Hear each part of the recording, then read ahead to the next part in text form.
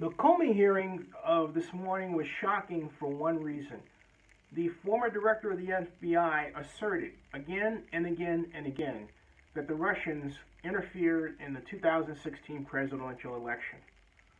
What I find equally alarming is that people, some of a conservative stripe, seem to have no problem with that. Why?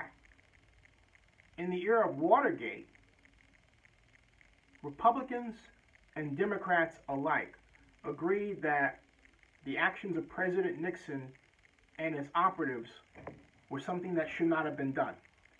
This time, we have, it seems, a different set of Republicans that think it's okay to have this appearance of impropriety as long as they get what they want. Is that what this country has come to? That we're so interested in power for people that think only like we do in our group, that we're not interested in what is good for the moral whole that maintains this country intact? If we've come to that, it's time for a fight. And I mean that. We cannot degenerate to a point we give up American values of fair play and honesty and sharing and rule of law and appearance of structure and formality just for our own simple parochial desires.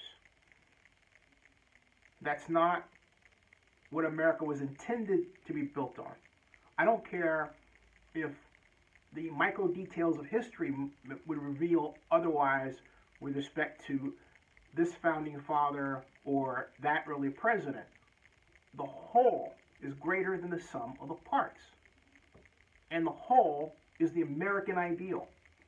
For those of you out there who consistently argue at the edges and corners and say and guess and say, well, this was the intent of Trump or that, you have to acknowledge the simple, long-standing observation that where there is smoke, there's fire. And there is smoke here.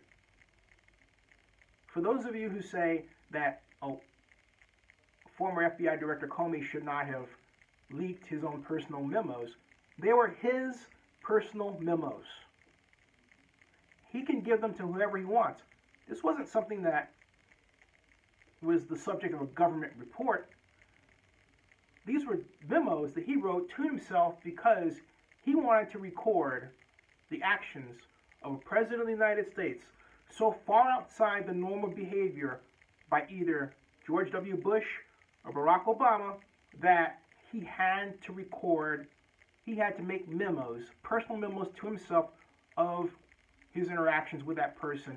And I add that he did not, in the process of doing that, consistently or leak classified information. The bottom line is, he said, yeah, I had a private conversation with him. Here's what I wrote down, okay? And here's what I wrote down.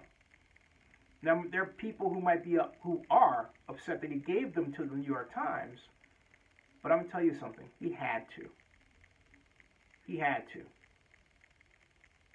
I think that dyed-in-the-wool, old-style conservatives that go back to the Barry Goldwater stripe who played by the rules, whose politics might be different, would recognize what I'm about to say is true.